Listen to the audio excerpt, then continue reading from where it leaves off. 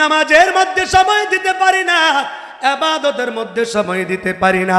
আল্লাহ তাআলা বলবেন না না, আজকে তোমাদের কোনো অজুহাত গ্রহণ করা হবে না।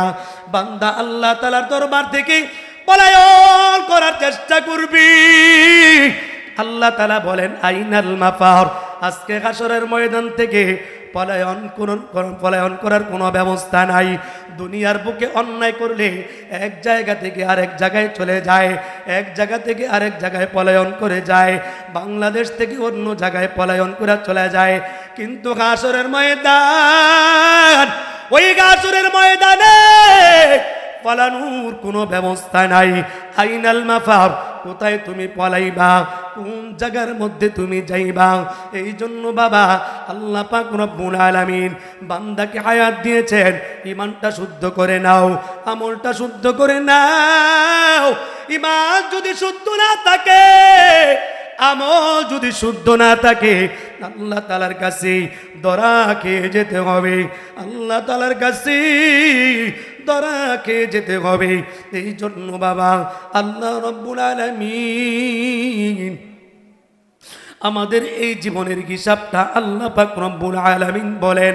কারণ কি আল্লাহ তাআলা বলেন আল ইয়াউমা নাখতিমু আলা আফওয়াহিহিম ওয়া তুকাল্লিমুনা আইদিহিম ওয়া তাশহাদু আরজুলুহুম বিমা কানু ইয়াকসিবুন।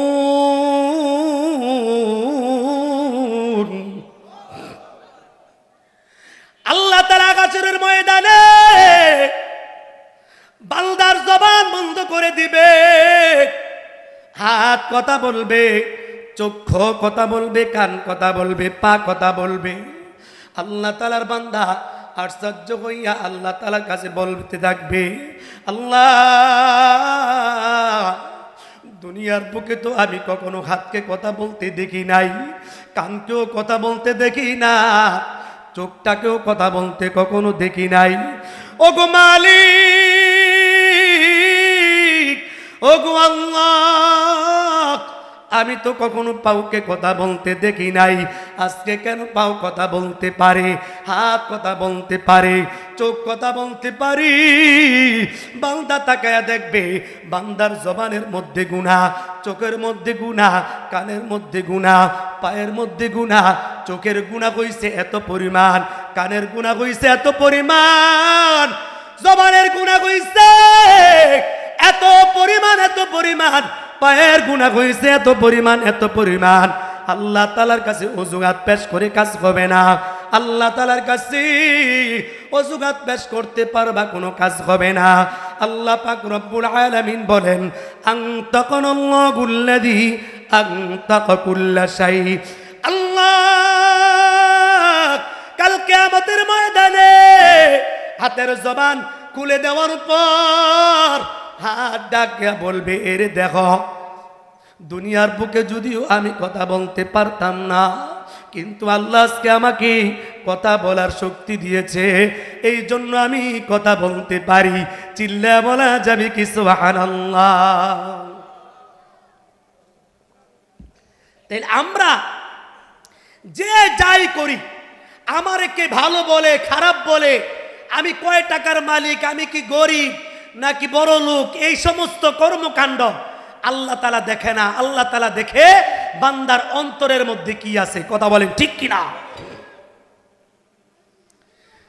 আল্লাহ তাআলা মানুষের সৌন্দর্য দেখে না, দেখে সৌন্দর্য দেখে না, চেহারার সৌন্দর্য দেখে না। আল্লাহ তাআলা বান্দার আমলের সৌন্দর্য দেখেন, ঈমানের সৌন্দর্য দেখেন। এই জন্য বাবা আজকে আপনাদেরকে ঈমান আমলের মধ্যে গুরুত্বপূর্ণ একটা আমলের কথা বলে যাব। সেই আমলটা হলো মা বাবার খেদমতের আমল। বলেন তো দেখি কিসের আমল? পিছনে কয় না, কি বলছি? মা বাবার। আরে ভাই, আমি আপনি যদি 1000 বার হজ করি আর হাজার হাজার তাহাজ্জুদের নামাজের রাকাত পড়ি, কিন্তু আমার দ্বারা যদি মা বাবা কষ্ট পায়, আমার সমস্ত ইবাদত আটকিয়ে যাবে মা বাবার সাথে নাফরমানি করার কারণে। কথা বলেন, আরো জোরে বলেন।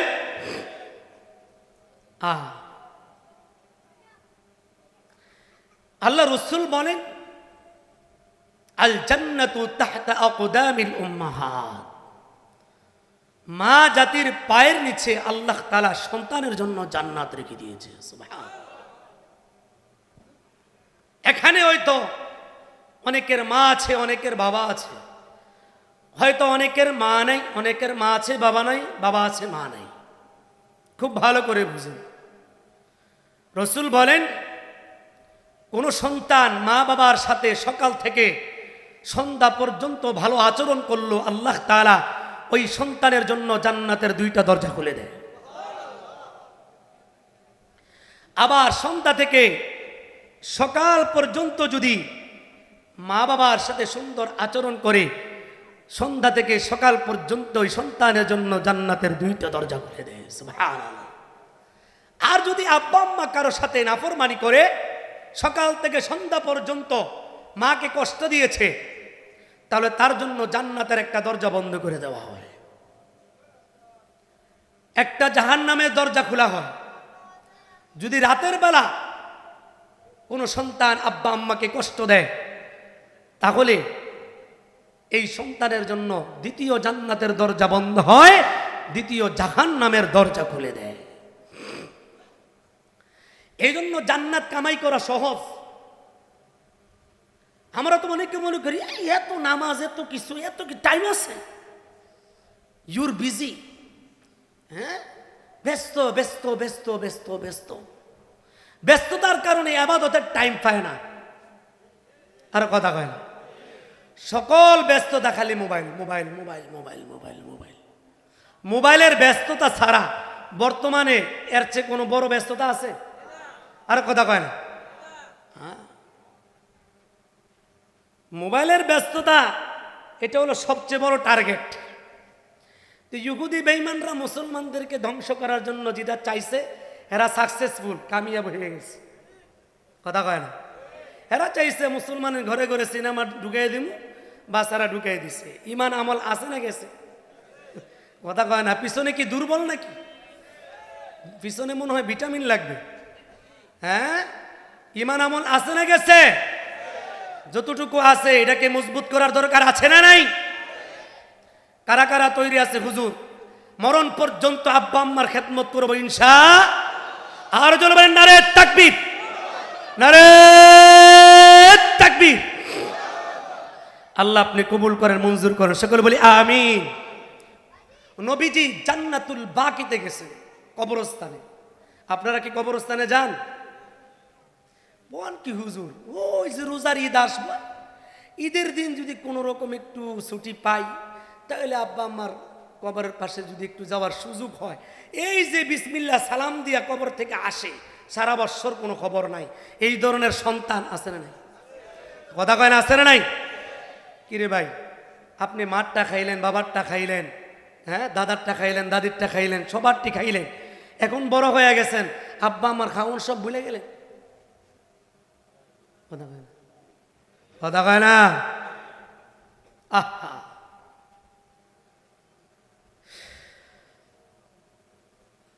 অনেকে বলে হুজুররা পরের বাড়ি খায়। হুজুররা কি বুঝবো? পরের বাড়ি খান তো কিছু বুঝেন না। পরের বাড়ি সবাই খায়, বলেন সব পরের বাড়ি। আপনি ছোটবেলা আপনার মারটা খাইছেন, বাবারটা খাইছেন, দাদারটা খাইছেন, তার দাদারটা খাইছেন, আপনার দাদায় তার বাপেরটা খাইছে, তার দাদা তার বাপেরটা খাইছে, তার দাদা তার বাপেরটা খাইছে। এভাবে কিয়ামত পর্যন্ত, আদম নবী পর্যন্ত যা খাইতেই আছে, খাইতেই আছে। কথা বলেন, পরেরটা খাইছে না খাই নাই? আর কথা কয় না। এখন সব দোষ হুজুর। হুজুররা কি পরের বাড়ি? কথা কয় না, হুজুররা কি পরের বাড়ি? অথচ খায় সবাই, দোষ পরে কার?